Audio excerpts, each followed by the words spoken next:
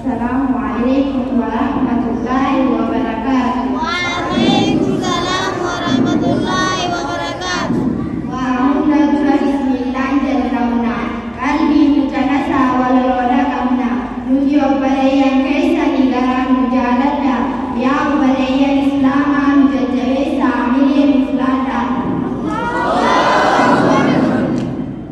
dubartina mata kaisa gadele jakabdi nudistana para nujira wasminu baba abdi galma kamna amana abgoda fiayo barande persina hetu kamna kayo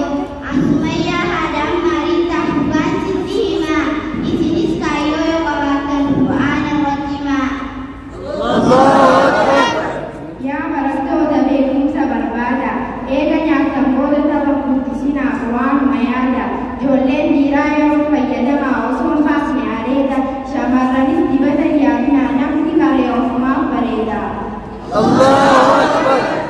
Na muslimi tola na tubatira hedu tola yo na musahika bane rabbi nama tola muslimi na musambe kama na musakabada wa kutajada Quran jabata nama kina tahu farora bisa markata kaita durkuma goda adunya kutisa alina nalatani nafra tufatina ayo kita kabahamdan gedna gahunan hidupatina manati dalin rokko hakalate bakaya denigesa ayo jajabate awan nalatani nimputina abdi guyam koru fucara abda kabdi awra hidute yo des kalam kutifa guyam koru bari da butute difa la takinatu min rahmatillah onne butunde abdi da kamurini hangagal magesu yo tabagas esdi sidiramti iman sunturini gafa abdi bute nama shakti male bute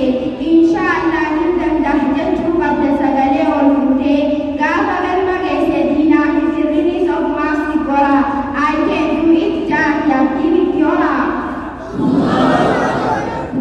Jekunsa kenya hunda ganam ursani Abdul Refi Abdul Salam Nuwarsita Turan Mata Jabsani Alif Rahmat Rabbi Bababan Daka Jala Mabadacai Zanin Nuwarsise Galatoma Jangan Quran Bereda Ikanin Nuagarsise Oksan Nuwarsisa Nosol Jiwalalu Abdul Refi Abdul Salam Jirata Isimade Tolu Kanda Dari Biraj Mama Ulisim Jala Didani Jolle Bila Kana Basistan Jijira Mafidani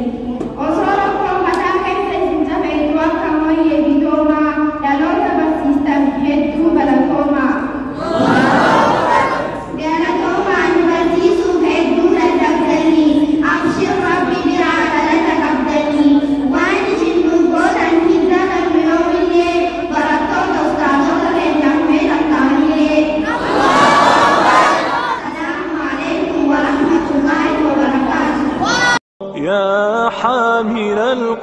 القرآن قد خصك الرحمن بالفضل والتيجان والروح والريحان